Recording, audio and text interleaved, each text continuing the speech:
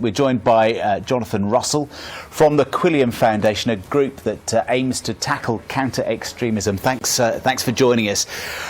Can we just deal with this issue, this newly emerging issue about the apparent contact between the girls who've left and this young woman who's already out in Syria, apparently recruiting for ISIS? Well, what did you make of it when you heard that was the case? Well, it doesn't surprise me. The people who are out there, the 500 or so Brits who are out there, most of them are continuing to use social media, whether that's Facebook or Twitter, just like the rest of us actually, and therefore are communicating their experiences, often portraying a very highly propagandized version of what's going on out there, and they certainly feed into the ISIL general use of social media as recruitment and as radicalisation, rather than being a genuine tool. So in this sense, it's a key way that the ISIL narrative can be transposed and sold back to people in the UK, and that further blurs the line between the reality of the horrors of what ISIL are doing in Raqqa and in Syria and in the surrounding areas there, and the propagandized version that they want to sell to their potential recruits in the UK. And that seems to have been what's influenced, at least in a small way, these three girls who have gone over from Bethnal Green. So you're not surprised there was contact between the two. Are you surprised, therefore, that if there was contact, that these girls weren't stopped and prevented from leaving the UK, that the surveillance and security services here didn't prevent them and stop them? Well, this is something we've been saying for some time, that the numbers now are so large that there's simply so much surveillance that could be done. And therefore I think it's almost a little mechanical to focus just on that issue.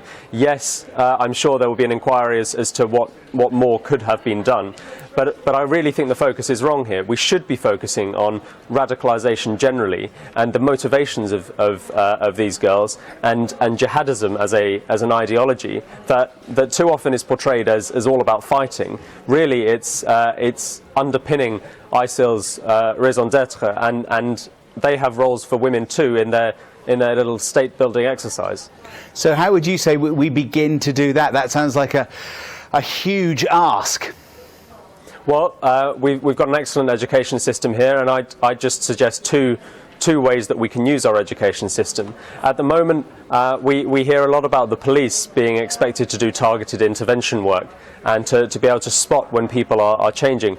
The truth is, radicalisation is a process, and to understand a process, to be able to intervene in a process, and to be able to see an escalation of this process, you have to be looking at people over some period of time. That's not realistic to ask the police to do. Instead, we need frontline workers to do it. We need teachers, for example, university lecturers if they're a bit older, but also there's a role for families and mothers in this.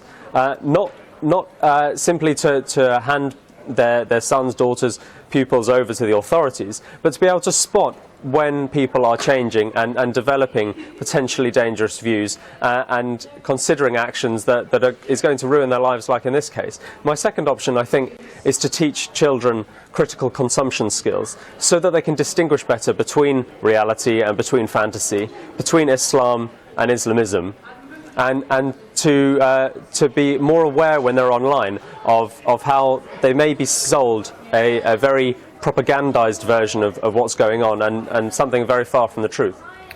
OK, Jonathan Russell from Quilliam, thank you very much indeed. Thanks for this morning.